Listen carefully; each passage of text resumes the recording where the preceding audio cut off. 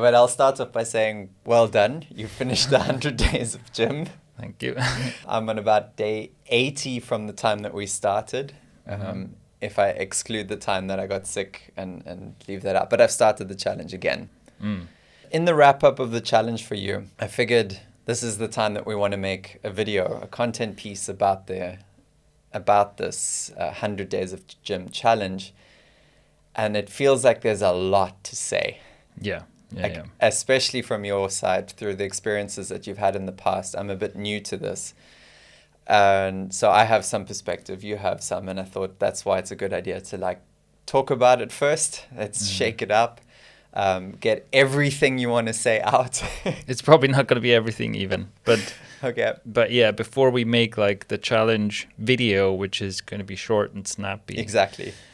It is true. It's also the first time we did a 100-day experiment, right? We've done 10-day experiments, we've done 30-day experiments. This is the first time we've done a 100-day experiment. And it's kind of like, okay, you do something for this long, more stuff comes up that you can talk about. It's like in 5 days, it's long enough to make a long video. Yeah. But the other thing that's important is that I wasn't a gym person. I don't even know what that really means. But I know that there are people out there like, oh, it's got gym in the title. I'm not watching that. I'm not listening to that. And I think it's important to state up front that this is not a podcast about gym things. It's about life things. But we went through gym, and it's a really good way to... There are life lessons in here, yeah. Big time. And also, there's lots of great content creators who are all about the gym things, who will talk about, how to do your workout routine programming and talk about exercise science and all this kind of stuff. Great resources out there. This is not my specialty, right? It's like I know a thing or two, but it wouldn't be really fitting for me to talk about this because there's clearly people who have a lot more to say about that. So yeah, for me, it is this experiment as well. Why do 100 days of gym? It is a lifestyle experiment for me as well. It's not how much muscle can I put on in 100 days or something like that. It is about, ultimately pretty much everything we do is about increasing your life quality and increasing your, leveling yourself up as a person. And that's definitely the perspective that I want to bring here as well, is this kind of experiment as a way to improve yourself and like you said, the life lessons you can take out of this. I think maybe that's a good point. Let's go straight into why. Why 100 days of gym? So what's your take on this? The most obvious thing here is that, of course, going to the gym, exercising is healthy. It's one of those things, I've talked about this before, where it's just there are so many benefits associated with exercise that the only reasonable conclusion to come to is that it's just extremely bad for you to not exercise, right? Because there's loads of scientific research on this, right? It obviously improves lots of health markers, but it also improves mood, improves sleep, improves this, improves that. There's basically almost nothing that it doesn't improve, right? And so the conclusion is as a human being, you need movement and exercise. And if you don't get it, all of this stuff gets worse across the board. So, okay, that's the obvious reason. It's listen, exercise is super healthy, right? It's really good for you. And the gym is a place where you can do that. For most of us, right, if you live in a city, it's just easier to get a full range of exercise in the gym than anywhere else. And okay, so that's the obvious reason you go for the health benefits, right? But the reason the challenge was to do 100 days, and specifically what I did was 100 days of exercise in a row, where 6 days a week I go to the gym, and then on Sundays I do some light exercises, like my active recovery day. So I would usually do some yoga or some stretching, something like that at home. So I made sure that every single day I'm doing some exercise, but 6 days a week it's lifting in the gym. And why 100 days? Well, in the past I've always been exercising in various ways. And usually when I went to the gym, my goal was always something like, get as strong as possible. And this is basically, I always experience this like the hitting of plateaus. So I go to the gym and I basically try to design my training in such a way that I can put on more and more weight, put more and more weight on the bar, right? And you make some progress, and generally the training gets more and more intense, and then usually something goes wrong. Like the training is almost always interrupted by something going wrong. And it's either injury, right? So you lift too heavy, and whatever. It could be something small. It's like, you tweak your back and you can't work out for a few days or something. It could be something pretty serious, right? I've taken myself out of training for longer periods too.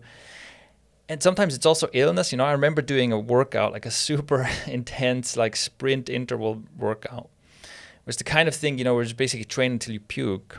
And after this, I got sick for like a week. And I'm pretty sure it's CrossFit. Yeah, and I'm pretty sure it's connected. You can see there's if you measure people's immune markers, very intense exercise actually lowers your immune response, or let's say the strength of your immune system for a brief period, right? So I'm pretty sure that's just an example. You can take it so far, you can train so hard that you get sick, right? Yeah. And so looking back, I just realized that this repeatedly happened. I would always have these runs of gym, and that could be usually like a few months, right? A few months of gym, but the consistency was never there, because usually I'd get hurt, or something would happen where, even just the intensity, you ramp up the intensity to a point where you kind of just pass out, and then you take a break. And you don't want to go back to that. And you don't want to go back, and just... So I looked back at my own training history, and I was like, look, the one thing that's missing here is just consistency. Or the thing that's, especially, once I became a digital nomad as well, then traveling around trying to get into exercise routine was the same thing. I was always exercising something, but just not with great consistency. And so I was like, look, I actually believe that consistency is the most important factor. It's much more important than exactly what you train, how you train, and so on. Is, are you showing up consistently? So what if I focus only on that?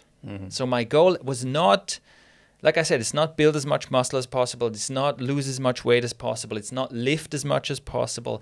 It's none of these things. It's just keep going for 100 days without a break. That's the goal. Yeah. And it sounds like the habit. It really is like a life habit. There's something kind of counterintuitive in the sound of that, though. And that's what caught my attention, is like, if you say 100 days of gym, that sounds like injury waiting to happen. Right. Right. But this is the thing. If you, and that's something I noticed as I was going through this experiment. It really changed my mindset. It really changed how I thought about training and recovery, and how I thought about what I'm doing at the gym. Because usually, again, if the goal is just I want to lift as heavy as possible, then I'm always trying to put on more weight on the bar. And as my progress slows, I'm thinking of like, what can I do to keep pushing my progress? So then it's like, okay, well, do I increase my volume? Do I do whatever? You change something, right, to try and keep adding more to the bar. And now with this 100-day goal in view, my feeling and the way I thought about training was very different, because now I'm thinking like, okay, today was pretty intense. And I feel like, maybe the next day I feel like I haven't fully recovered. And yes, of course I could keep pushing, but I know that I'm only on day 50 of 100. Yeah, that's the one. I can't just push myself as far as possible so that I put up better numbers this week. Yeah. No. I have to keep going, right? Yeah. And because of that, I was, my view on how I was kind of paying attention to how my body is recovering and how I was responding to that was very different. And I guess it's also a way to almost like get the ego out of the way a little bit, because it's easier to say, listen, I can feel that I'm kind of cresting, I'm getting to that point where it gets too much. And so I'm going to deload, I'm going to take it easier for a couple of workouts. And instead of it being like an ego thing, oh, but I want to lift more, I can't reduce the weight. You're like, no, the goal is not to lift more weight. The goal is to keep going, right? And that really made a bigger difference than I originally expected, right? Just the outlook of having the goal of you have to keep going. yeah, it really changes how I think about exercise and how I think about recovery. And it's very obvious to me now that with a different goal, I'm pretty sure I would have somehow knocked myself out. Yeah, in one because way or I'm sure another. you've done more than 100 days before without being conscious of it being 100 days, right? Yeah, It's only but 3 months but I or do three and a think bit. that that's probably the upper limit. If you, because even during periods where, let's say, I'm basically going to the gym regularly for 2 years, how many times do I do 100 days with this consistency? It's probably not very often. Yeah. I think much more common is that you have, maybe you have like 2 months on, and then maybe a week off, and then another 2 months on, something like that. And even this, I think that also makes a big difference. It makes a big difference if you are 100% consistent or 90% consistent. Yeah.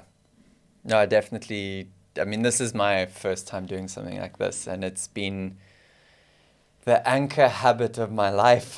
It's like everything else that is healthy has attached itself to this. Right. And again, it's not because it's gym, it's just the consistency. It's that we meet up every day, and I laughed about it yesterday. I was thinking like, wow, the power of the accountability of doing this together too. Yeah. It's like it's a silent little thing that happens. Where you're like, gotta go, gotta be there, gotta get there. Yeah. And it's also like, again, if the goal is not consistency, it's much easier to make an excuse. It's much easier to say, today, whatever, I slept in, or I'm not feeling great and I'm going to skip. And it's just different when you say, okay, no, the goal is I have to go every day. I have to go every day, no matter what. Again, I think that's, for me, that was like the difference. I think before I was easily 90% consistent, but I think I underestimated how much of a difference it makes to be 100% consistent. Yeah. So I want to take people into the journey quickly. Just like, what was it like over the course of time, just from our perspective? So the first question I have is, was it a long 100 days, or was it quick from a gym and a workout point of view? It does feel like a long time, yeah. Yeah. It does feel like a long time. I mean, it's also, the first few weeks, the first like 3 weeks were pretty difficult. Oh, man. because we have to get up early to get to the gym before it gets too busy. So adjusting your sleep cycle around that, and the workouts are pretty hard. And yeah, it was really difficult. And for sure, like for 2 weeks, I would say our productivity suffered quite a bit. Yeah. Because we were just really tired, not adjusted to the exercise yet. And feeling like you're on the edge of getting sick, like you said earlier. Yeah. It's like I felt that a few times, like where your nervous system is just punched. Yeah. So yeah, that took something to get through, and then it does feel long.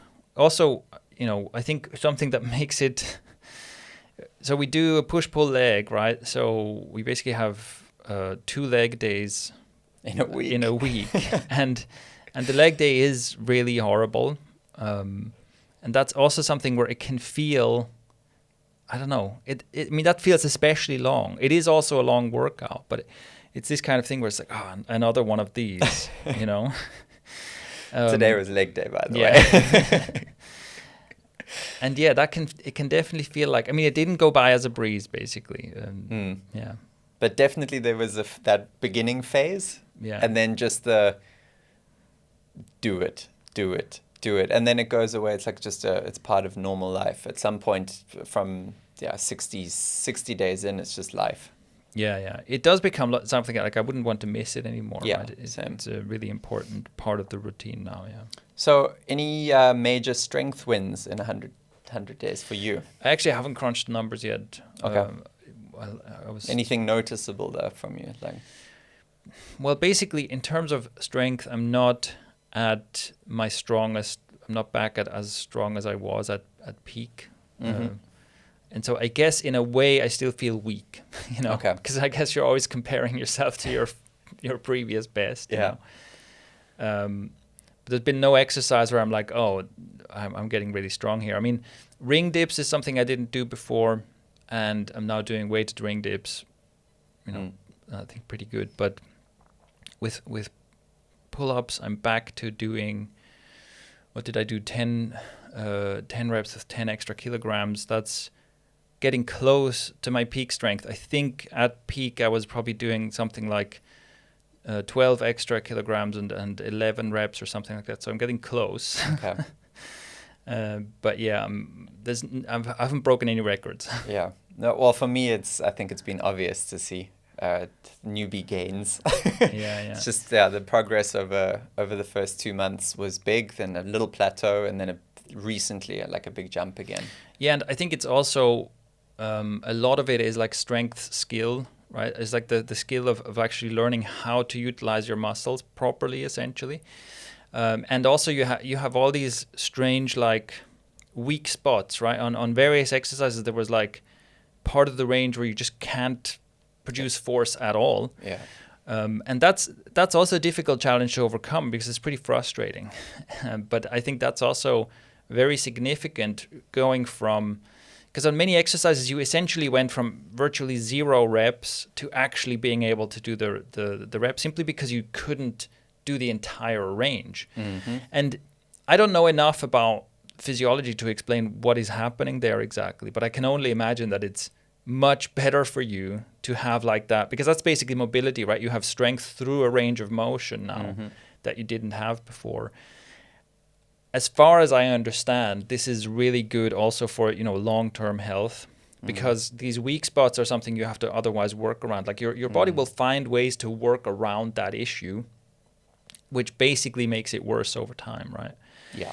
And through these exercises, you are forcing yourself to actually develop that strength through the range of motion, which means that your body doesn't have to do all this compensating anymore in ways you probably don't even notice, right? It's just things like, how do you get from a seated position on the floor to standing up, right? I've noticed that's changed with me. Yeah. Everything about that so I can't say I'm like really strong in the gym right now, where like the numbers you're benching compared to mine, it's a significant difference. I'm still far behind in that regard, but how I get up, all of these life movements are definitely I'm way stronger. Yeah. Like we were doing a grappling exercise last Saturday, and I couldn't believe it. I was just like moving this person around like a what used to be a big sack of potatoes was like a brick now. It's like exactly. Yeah, that's also because when we did the grappling the first time, right?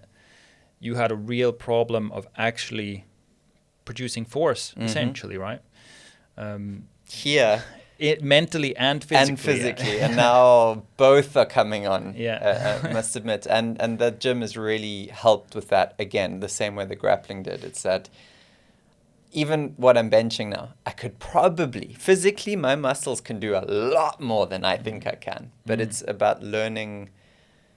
Yeah, you've kept repeating that, like learning the skill of strength. Yeah. So yeah, I think that we'll have to see the actual numbers and stuff. But again, I think that probably over, what could I have done things to gain more strength in 100 days? Absolutely, right? For sure, yeah. And even like I said, I'm kind of an amateur at this. I'm not the best, workout programmer, but even I know things that I could have done to put up bigger numbers, and also design a cycle so that you put up the biggest numbers on day 100, right? Mm-hmm. But I think that over 200 days or 300 days, consistency probably wins. Mm-hmm. Yeah. Well, I'm happy with the progress I've made, as I've said, physically, in strength-wise, but also physical, like look. I'm noticing differences. On you, I guess you've been here before, so not so much, or in 100 days. Although, yeah, I mean, I'm also seeing differences. I mean, I think that physique-wise, I probably look as good now, if not better, than when I was at my strongest. When I was at my strongest, I was a bit fat. Because again, that's like, if you're optimizing just for strength and you're piling in the calories, right? And so I think physique-wise, I'm probably at a better point than... I don't know if this is like the best ever. I haven't really kept a great record of that, but I've definitely noticed. Yeah, I've definitely noticed growth. Yeah, for me too. Definitely. It's in places, again, that I didn't expect it. It wasn't like, oh, my biceps are bigger, but like there's like around my elbow things or around my wrists and that. there's strength in and like I can just see it. It looks slightly different. My neck and so it's you see the physical improvement in places I didn't expect, and that is really like rewarding. Actually, it's been good. In this time, 100 days, any injuries that came close for you? Yeah, for sure. Like even right now, I'm feeling my back a bit. I think I overdid the deadlifts this week, and yeah, there were moments where I also had a thing I had this weird pain under my rib cage. Right, in the beginning, yeah. Which actually stayed around for quite a while, and I just had to be careful. Like, it didn't stop me. I could still do all the exercises, but I had to be careful. I couldn't, again, like, just pushing would have definitely made that worse somehow, and I had to like take it slow, or just like certain exercises I just had to be a bit more careful, a bit less weight for like, I don't know what it was, like 2 or 3 weeks before it was fully fine again. So yeah, there were definitely moments where I was like, oh, this is riding the edge where you know I could easily damage myself here. Yeah, I had the same one with my knee, and then those 2-3 exercises that were around that.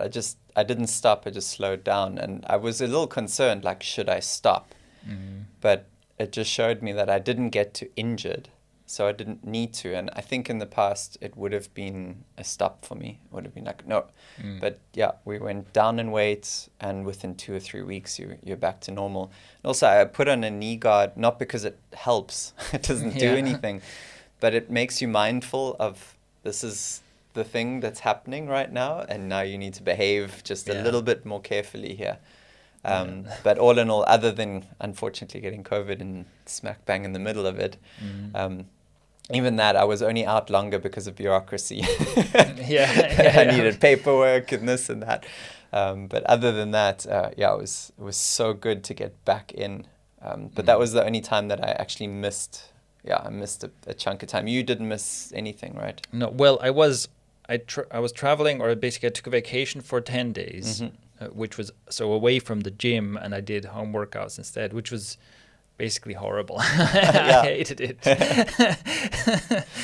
And that was definitely also, of course, much less volume because I was doing like burpees in hotel rooms and stuff, right? Yeah. So it's not nearly the same as what you do in the gym. But again, with the consistency thing in mind, it was just like every day I have to find a way to do something, right? But yeah, I would have much preferred to just do it all in the gym.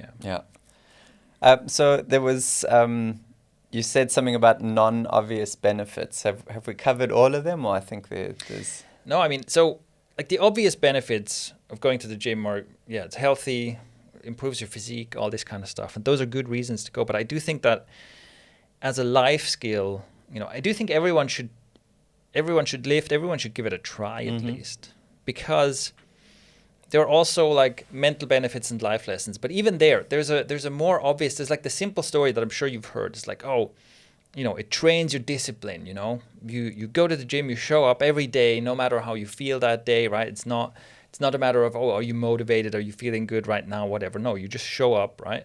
You show up and do the thing. And the thing you do is a hard thing. And so what's the benefit of like training that habit of showing up every day, doing the hard thing, no matter what, right? Obviously, it's easy to argue that carries over to other aspects of life, because almost anything that's worth accomplishing requires this kind of thing. You have to show up every day, do it anyway, even if you don't feel like it, right? Okay, and I think that is also very valuable.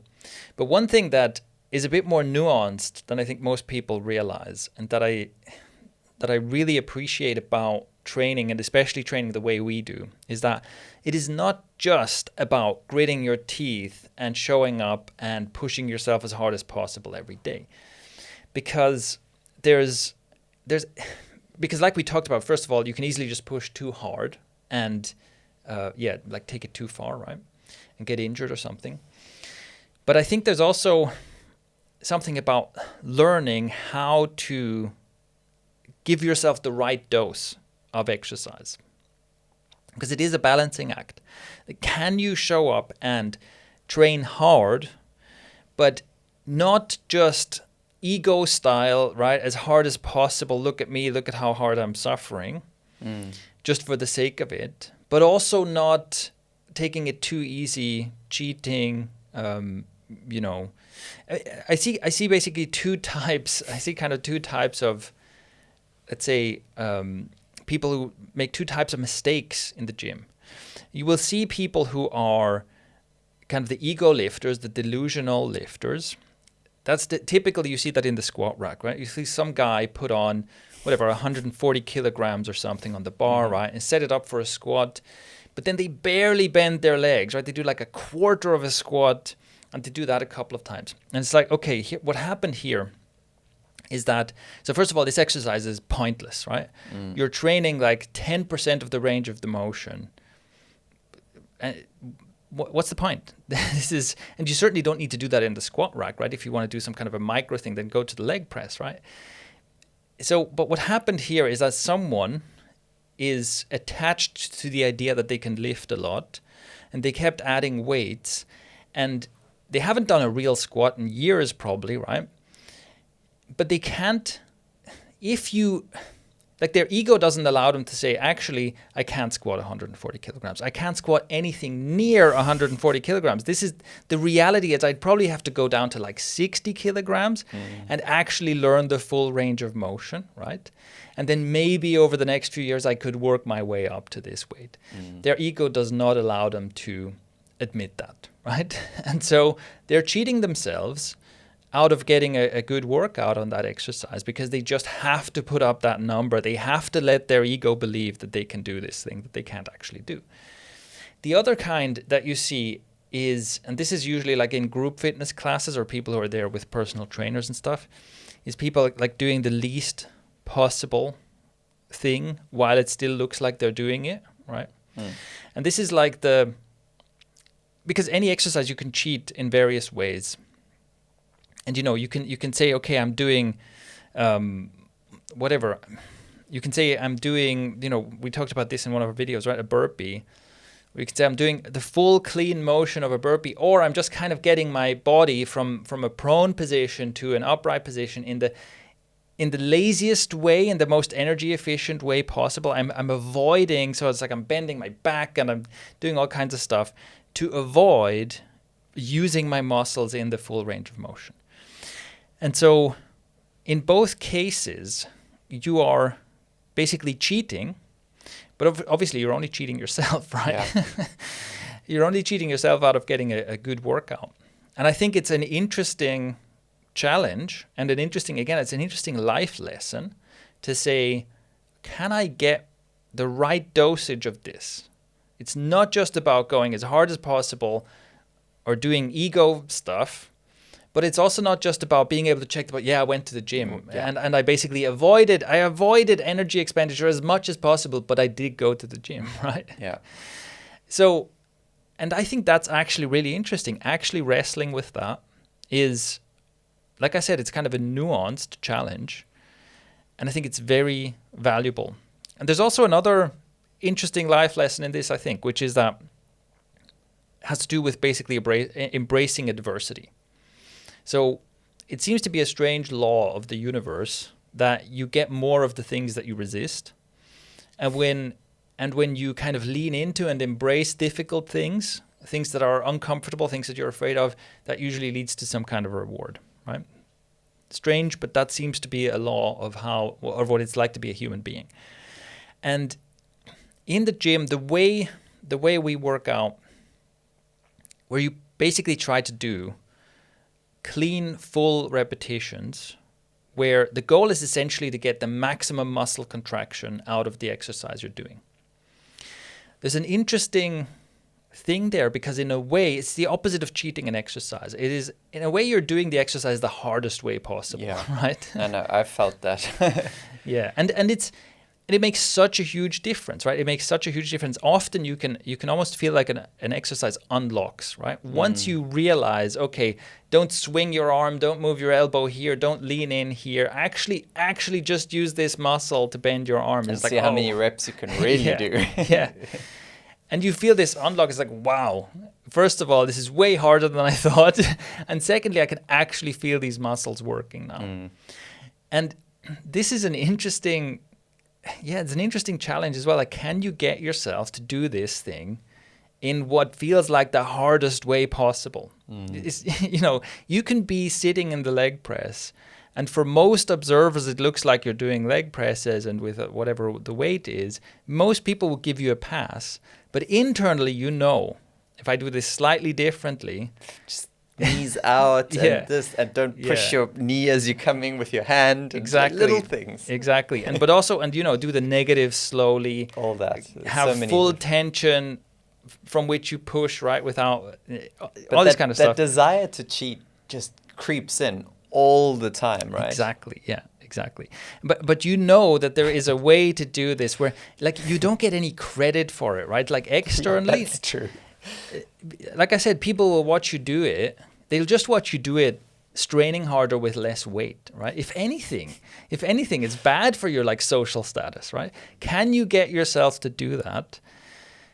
And again, so there's this aspect of, like, embracing the difficulty instead of shying away from the challenge. Instead of saying, oh no, if I do this properly, it's intense, right?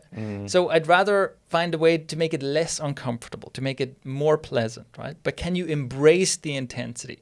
And I have to say, and I have to give some credit to Ryan Humiston here. He's a YouTuber who makes kind of fairly funny fitness-related videos. And somehow hearing him talk about this made this click for me for the first time in this exercise period, I really understand this mind-muscle connection, which I always thought that it's kind of like an old school bodybuilder thing. You hear, like, basically Arnold age bodybuilders talk a lot about, mind-muscle connection and the pump and all that. And I was always like, it's kind of outdated. But what I did before is I was always insisting on clean form, but I was doing it technically. So I had a technical understanding of how is your body, how are your joints supposed to move, what's the bar pass supposed to look like, right? And I think I was pretty good at doing clean technical form.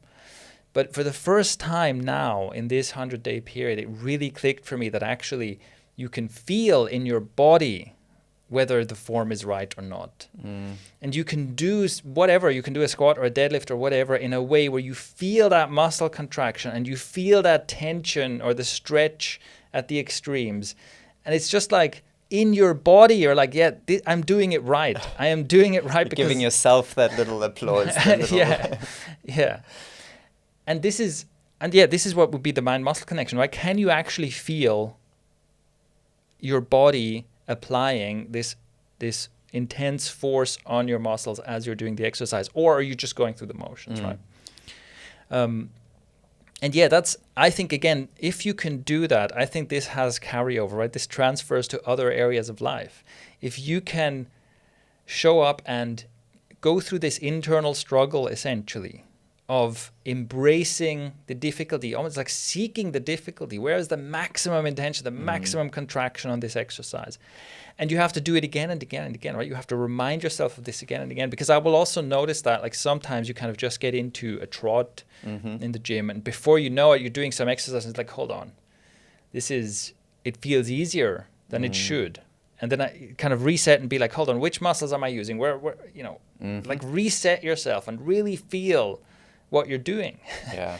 And I think that I think it makes your training more effective, but also I think that this is like a life skill. If you can do this in the gym, you're training something that is a key skill for other areas of life as well. Yeah. We spoke briefly about weakness, like weak spots in the motion. And this practice that you're talking about really, really makes you able to almost like visualize where the weakness is. It's like you can see the line from A to B, and then sort of on the 3/4 mark at that point, that's where the weak spot is. And then you translate that to like lifting up through your arm, and it's like, oh, there it is. And it becomes visual in my head. I actually can imagine it. And when I have that vision, then I can treat the exercise with more precision and with more benefit, as you say. Yeah. And definitely that's translated over just from doing that in the gym and experiencing that for 100 days, time and time again. It's translated into my productivity too. So it's like when I'm aware of where am I struggling at this computer, like it's like I just became so aware of like, oh, Right. it's my phone, it's my weak spot. It's like Right. you gotta like Yeah, and exactly. I think that's actually, I think you nailed what the, what the common factor is, like this presence, right? Are you really present and aware of what's happening? And it's actually kind of fascinating to think that, you can do something like a bench press and not really be there for it, and it makes a big difference whether you're there for it or not. And it's the same for, whatever you're working. And it's like, are you really here? Are you really deliberately, and present to what you're doing and aware of what's going on? Or are you kind of just going through the motions? So yeah, to me, that's actually probably one of the biggest life lessons that can be taken from this kind of training. Yeah. Last one for me is you've finished now 100 days. Obviously, we're going to keep going. This is the habit, not the goal. But do you think it's important to set another kind of goal of some kind? Yeah, I mean, I definitely want to do another 100 days. And also, I do want to start adjusting the programming a little bit. But yeah, for me, like the next challenge is to do 100 days of gym with 100 days of cleaner eating. Because like in the first 100 days, we already cleaned up our eating a little bit. We started having smoothies more often and so on. But it's still like, I would say we were like 50% there, right? We're like 50% to really having our nutrition under control. And so I think the next challenge is to do 100 days of clean eating and gym and see what happens. Together, yeah. Yeah, that sounds good. Yeah, so another thing that I think is worth mentioning is the mental health benefits of gym. For me, this is pretty obvious, right? As I've shared before, I have a depressive tendencies, and this is just one of the things, right? If I can't exercise, it generally gets worse. And exercise kind of gives you a good, kind of roots you a little bit. But another thing I noticed, something that's really nice about exercise, and I think this could be especially useful for entrepreneurs and creators, is that with exercise, you can just totally trust the process. And it's fundamentally simple. Of course, like exercise science at the top end, at the advanced end, gets very, very complicated. But for mere mortals who are not trying to break world records, it really is simple. Which is to say that, you have progressive overload, which is, you consistently train and you increase something. You somehow increase your reps or your volume or your intensity or something, right? So that you're not just, doing 3 times 10 push-ups every day for the rest of your life, right? You're actually increasing that to stimulate growth. And then the other factor is basically calories in, calories out. Okay? Because yes, even that gets more complicated. But again, for most people, that works. You're eating more calories than you're expending, you're going to be putting on weight. Are you eating less calories than you're expending? You're going to be losing weight. That's it. Simple, yeah. And you can just totally trust the process. It's important to have clear, it's not like you're going to turn into some muscle freak just by going to the gym and lifting weights a little bit, but you are going to grow stronger. Your physique is going to improve. If you change your calorie intake, you are going to lose body fat. You can just absolutely trust this process. There's nothing mysterious about it. And I think this can be very nice to have. It's nice to have something with this level of certainty and simplicity when for the rest of the day you're doing something creative or entrepreneurial where you're constantly dealing with all this uncertainty. Or everything you do is some kind of an experiment and everything's chaotic and everything's difficult. I think that might be one of the things that, like I said, makes it especially useful for people who work like that. You have this one thing in your life where you're not facing this level of chaos and uncertainty. It's just like, hey, you can just do this. Don't worry about it. There's something really nice about that. And again, that gives like an anchor for the rest of your life. Yeah. Simplicity is really important here in another aspect of it too, and that's doing something that is simple at the gym, for example. For us, you've introduced us to what I would imagine to be a very simple routine. And the reason I know that is because when I missed the morning and I went in the afternoon on my own, it was like, it was so I didn't have to like, oh, well, how does it work again? Or what did I have to do? And that would have been something that would have prevented me from going to the gym before, where it's like, we do 4 exercises a day. That's it. Yeah. Right? Yeah. 4 or 5, depending on the day. Yeah. That's it.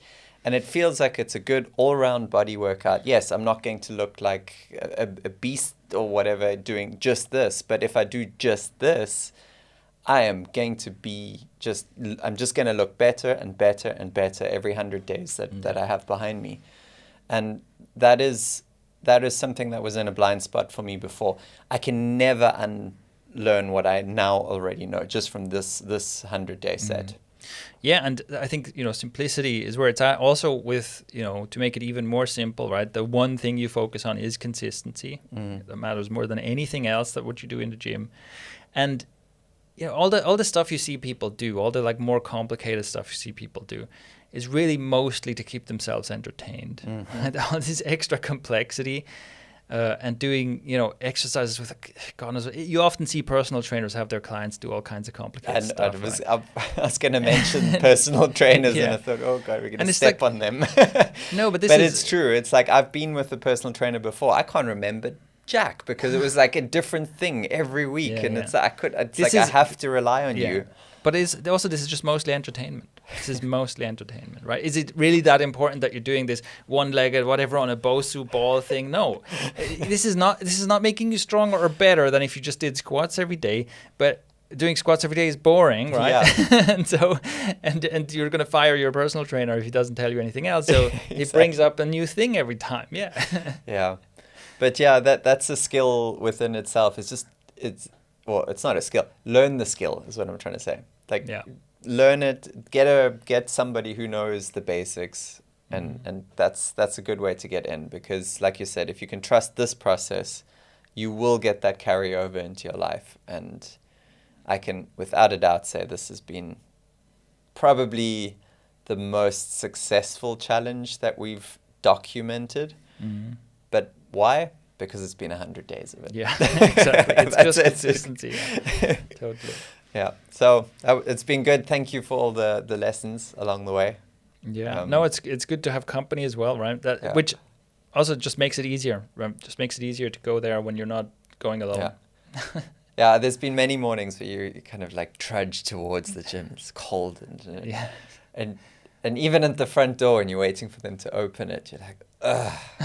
By the time you walk out, it's like, ready for the day. Which is also an interesting thing, right? When you're having a really shit day, usually exercise, even if it's a horrible leg day, does make you feel better. Every time. Every time. Yeah. Yeah. So worth doing and worth carrying on. Yeah.